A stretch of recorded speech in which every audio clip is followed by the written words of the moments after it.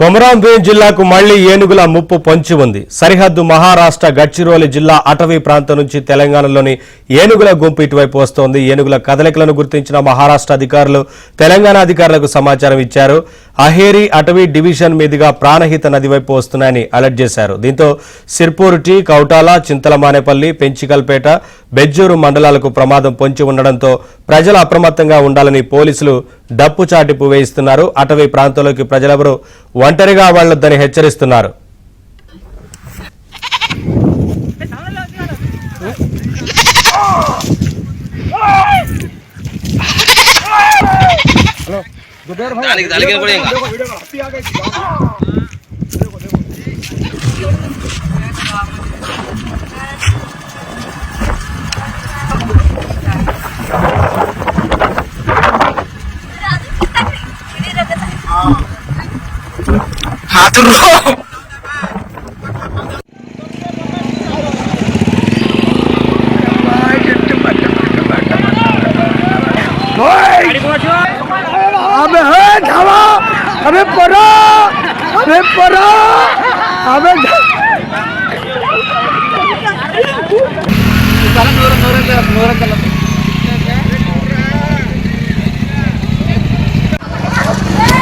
अरे जाऊ द्या ना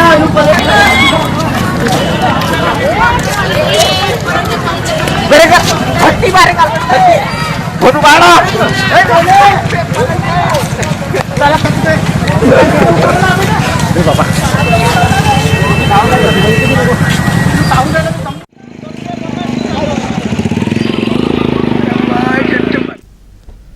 అప్డేట్స్ మా కరెస్పాండెంట్ మాంతయ్య అడిగి తెలుసుకుందాం. మాంతయ్య, అటవీ శాఖ అధికారులు ఏం చెప్తున్నారు? ఆ ప్రాంత ప్రజల్ని ఇప్పటికే అప్రమత్తం చేసినట్లు తెలుస్తోంది కదా, ఏంటి వివరాలు? అటవీ శాఖ అధికారులు అలర్ట్ గా వ్యవహరిస్తా ఉన్నారు. అంటే గత ఏడాది కూడా ఒక ఏనుగు వచ్చింది. అనుకోకుండా జరిగిన ఈ ఘటనతో గత ఏడాది ఏనుగు దాడిలో 2 రైతులు చనిపోయారు. ఈసారి గుంపుగా వస్తున్నట్టు, ఏనుగుల గుంపే వస్తున్నట్టు అటవీ శాఖ అధికారులు, మహారాష్ట్ర అధికారులు ఇక్కడికి అధికారులకు సమాచారం ఇచ్చారు. ముఖ్యంగా ఈ గుంపు ఏదైతే ఉందో గత 3 ఏళ్ల క్రితం ఛత్తీస్గఢ్ అడవుల నుంచి మహారాష్ట్రలోకి ప్రవేశించింది.